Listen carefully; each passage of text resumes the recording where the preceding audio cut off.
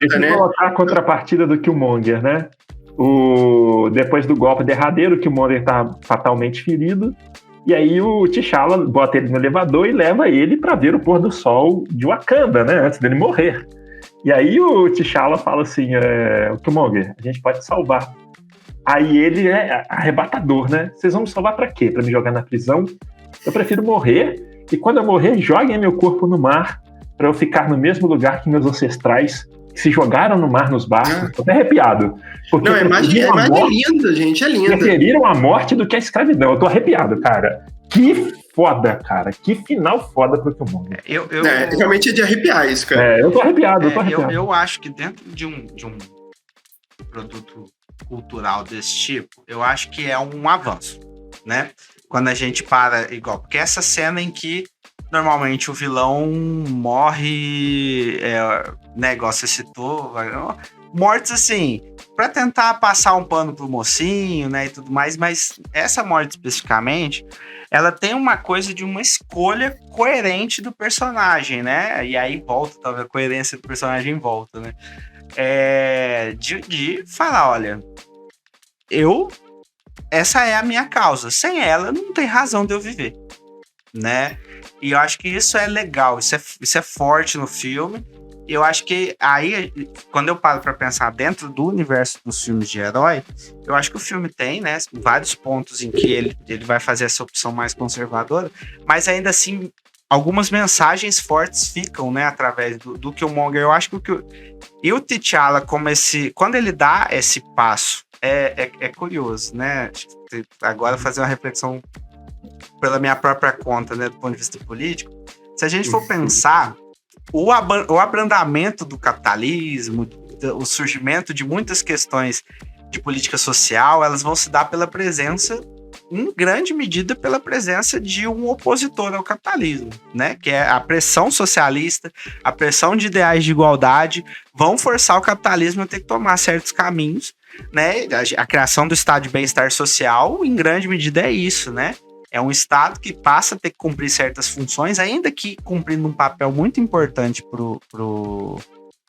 para que o capitalismo se mantenha, ele torna a vida do trabalhador um bocado melhor do que era antes, né? Então eu acho que ali eu vejo quase que o efeito final é um T'Challa que teve que responder às influências que o Killmonger colocou. Ele não comprou a ideia revolucionária, mas ele foi influenciado pela posição do vilão. E aí ele, no mínimo, rompe com o isolamento decide romper com o isolamento de Wakanda, pela via mais tranquila, pacífica, que eu acho que isso, na verdade, é o que eu espero que talvez esse próximo filme mostre, que tentar entrar no jogo é muito mais complicado do que parece, né? Se o Wakanda for atacada e tudo mais, eu acho que a gente vai poder refletir sobre essas questões. Mas eu vejo que ali tem um momento, um contato do vilão e o herói, em que o vilão transforma o herói não só no sentido de um crescimento pessoal, mas ele muda um pouco da perspectiva do herói. Eu acho que isso tem algum... óbvio, né, pra gente que já vem acompanhar, já pensa, já reflete sobre esses temas, tem uma visão mais crítica da sociedade, o filme dá um passo para trás. Mas eu acho que quando ele chega num público que talvez não pense sobre esses temas, ele talvez dê um passo para frente. É uma perspectiva que eu tenho, né? Mas eu acho que ali essa grande questão tá em jogo, né? O revolucionário, ele vai ter que sempre ser taxado de perigoso, de destruidor, porque afinal de contas a gente tá falando de um status quo. Pantera Negra foi produzido dentro de uma sociedade que é capitalista, que tá lucrando com tudo isso, então ele não pode simplesmente ser um produto que vai questionar o funcionamento dessa sociedade, né? Racista e tudo mais. Então ele tem um limite de até onde ele pode ir. Mas Mas ele já abriu portas, né?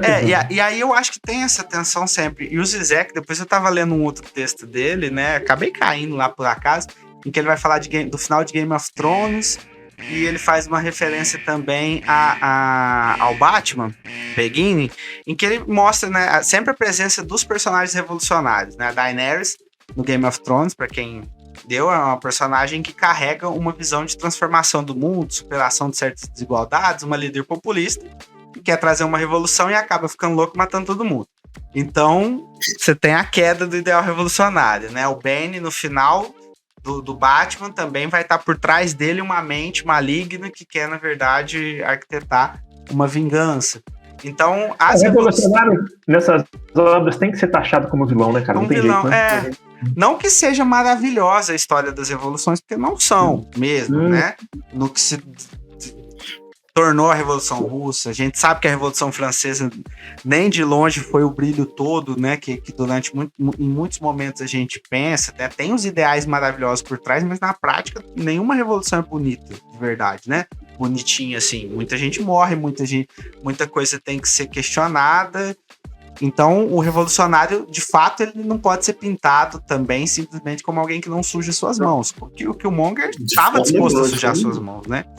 Mas agora, quebrar toda a ideia da possibilidade de transformação de uma sociedade, aí é o ponto que se joga contra, né? Ah, não. Então não vamos falar de revolução, porque revolução é coisa do capeta. Então acho que o filme tem, né? Ele traz alguns debates interessantes nesses aspectos. Beleza. Pessoal, acho que o papo foi muito bom, né? Você quer dar alguma palavra final, Wagner? Não, acho que a gente falou bastante. Não, acho que a gente entrou nas questões, como o Fernando falou, tem, assim, mesmo que as pessoas não vejam, não pensem tanto nas questões que a gente está falando, eu acho que abre a possibilidade de reflexão, e eu acho que a questão da representatividade é muito importante, que as pessoas se vejam e se reconheçam, e comecem a refletir, né? Como a gente falou, muita gente simpatiza com o Killmonger, eu acho que dá uma reflexão, né? Como a gente está falando também, as revoluções não são coisas bonitas, mas servem para a gente pensar, né? A gente questionar, né? E é interessante que num produto pop, né? Um produto popular, as coisas não sejam também tão simples e que o vilão, né? Gere alguma simpatia ou as ideias do vilão, né? A gente teve o filme do Coringa há pouco tempo, né? Assim, muita gente se identifica, né, de diferentes espectros ideológicos, se identifica de alguma maneira com a revolta dele, né, do personagem, né, que em essência é um vilão, né, mas é um vilão muito querido por muita gente, né. Então acho que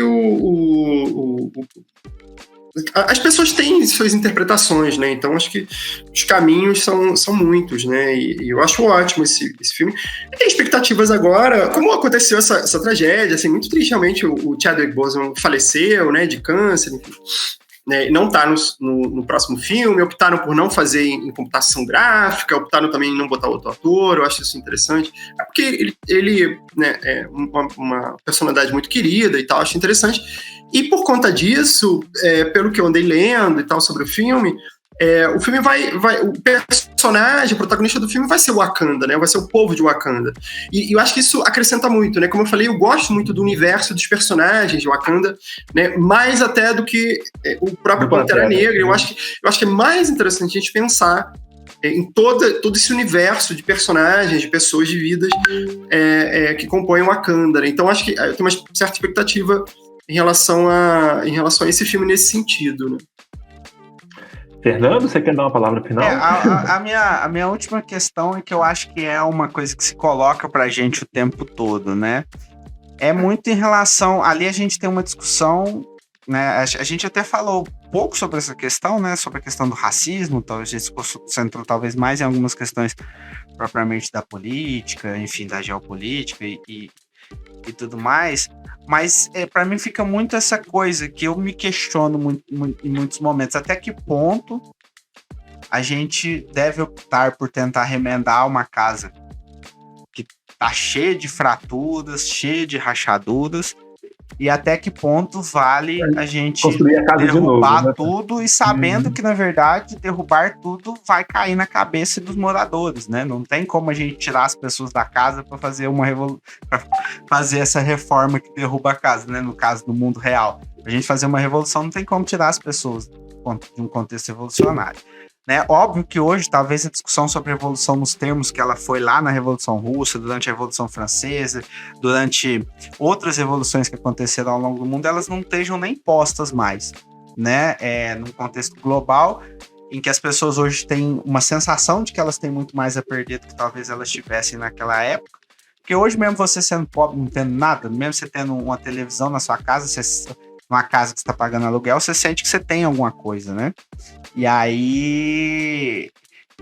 Como que a gente lida com essas questões? Porque para mim tá muito claro, né? Quando a gente para e vê as razões do Killmonger, eu acho que não tem dúvidas, né? De que é super legítima a luta de um povo que está sendo oprimido, profundamente oprimido, sofrendo ainda, né? Lembrando que quando a gente fala de racismo, nós não estamos falando de o que aconteceu, mas de um fenômeno que, se não está acontecendo nesse exato momento, produziu efeitos que vão perdurar ainda gerações, né?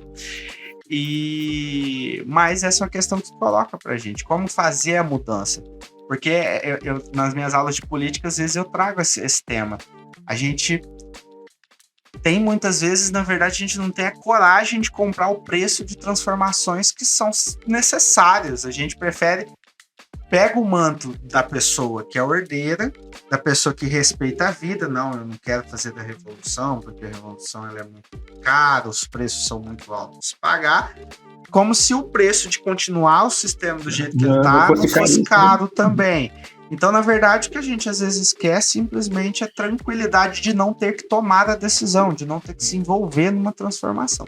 Mas aí eu deixo para você refletir. Revolução, reforma, mas seja qual for, né? Que a gente... Eu vou dar uma segunda última palavra pro Wagner. Não, é interessante que você fala, porque essa pessoa que acha que não quer derrubar as coisas porque vai ter problemas, é porque se acontecer a revolução, é porque essa pessoa, no contexto que está, ela não é afetada, né? Então para ela é uma questão de comunidade, porque eu vou mudar as coisas. Eu estou insatisfeito, não está legal, mas para outras pessoas está pior, entendeu? Então eu acho que esse talvez seja... Cara, esse é o T'Challa, ele é um rei, né, cara? Ele é um rei. Eu acho que esse cara, né, Wagner? Sim. Oi? Desculpa. O T'Challa é esse cara, né, que você falou aí, né? Em certa medida, o T'Challa é esse cara conformado, né? Pois é, né, cara? Ele é um rei. Ele é herdeiro, gente. Ele é herdeiro, entendeu? É interessante que na ideia, né, política de Wakanda, ele tem que defender esse título de herdeiro, né? Alguém pode... a gente poderia até falar sobre essa questão do uso da força, né? Disputa de machos lá brigando, saindo na porrada, entendeu? É meio ridículo. Mas de qualquer forma, assim, existe uma possibilidade de outra pessoa tomar o poder, entendeu? É uma regra, uma luta justa, né? Quem quiser pode ir lá e ele é obrigado a aceitar, né? De certa forma, né? Mas ele não deixa de ser o rei, né? Assim, mas por outro lado, assim, aí eu fecho. Em termos de representatividade, é muito interessante que um personagem negro seja um rei, seja uma pessoa altiva, com poderes, né, que tenha um lugar proeminente e tal, né? Porque é muito importante a gente falar dos personagens, né? Aí eu vou citar o Luke Cage de novo, que é outro personagem da Marvel, que ele é da periferia de Nova York, ele é pobre, ele é ferrado, ele não tem nada, tem uma história de violência na família, né? Então, o que é uma realidade, é importante falar, mas é interessante o personagem do T'Challa, do Pantera Negra, que vem de um outro lugar, com uma vida muito mais organizada, né? E que as pessoas negras também podem ter vidas assim, entendeu? Então, acho que nesse sentido, o personagem é interessante também, tá? E aí eu encerro. A última coisa.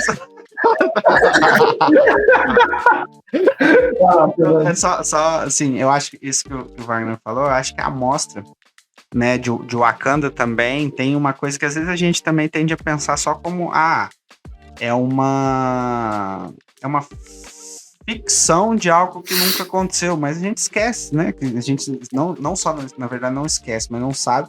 Existiram muitos reinos, né? Prósperos, grandes, poderosos durante a história africana e que a gente não tem nenhum conhecimento. E, sobretudo, eu gosto dessa representação que não transformou Wakanda numa simples reprodução do Ocidente com pessoas negras, né? Uhum. Eu acho que isso é um acerto estético, né? Acho que isso está na estética do filme, que é muito, muito bacana, né? Ali a gente tem uma identidade própria enfim, tem outras questões que vão surgindo, né? Quando a gente começa a falar, a gente vai ficar aí horas. Já pensei em outras coisas aqui. Pessoal, a gente chega ao fim desse bate-papo. Espero que vocês tenham gostado, né? A gente pesquisou muito, conversou muito, né, Fernando, né, Wagner? A gente trocou muita mensagem no grupo do Zap, assistimos muita coisa, lemos. Espero que vocês tenham gostado, curtido. Então, se você está nos assistindo pelo canal do YouTube, né, Filosofia com Óculos, né, se inscreva no canal, ative o sininho de notificações para você receber mais vídeos do canal, né? Se você gostou, deixa um joinha pra gente, para avaliar positivamente o nosso trabalho, né? Comente, né? Que possivelmente eu, Wagner e o Fernando estamos aqui para responder vocês, né? Eu vou deixar também no link da descrição um e-book meu de poesia gratuito, tá? Se você quiser, é só entrar no link e baixar. E você que nos curtiu pelo Spotify, seja bem-vindo, né? Esse é o Zona Cinza. Um abraço para vocês, pessoal. Fiquem bem. Até a próxima. Até um abraço. Se você gosta do nosso conteúdo e quer contribuir para que o canal expanda suas atividades, colabore conosco. Nossa chave Pix é o e-mail do canal, filosofiacomóculos@gmail.com. Tudo junto e sem acento. Nos ajude, mas só se você quiser. Um abraço.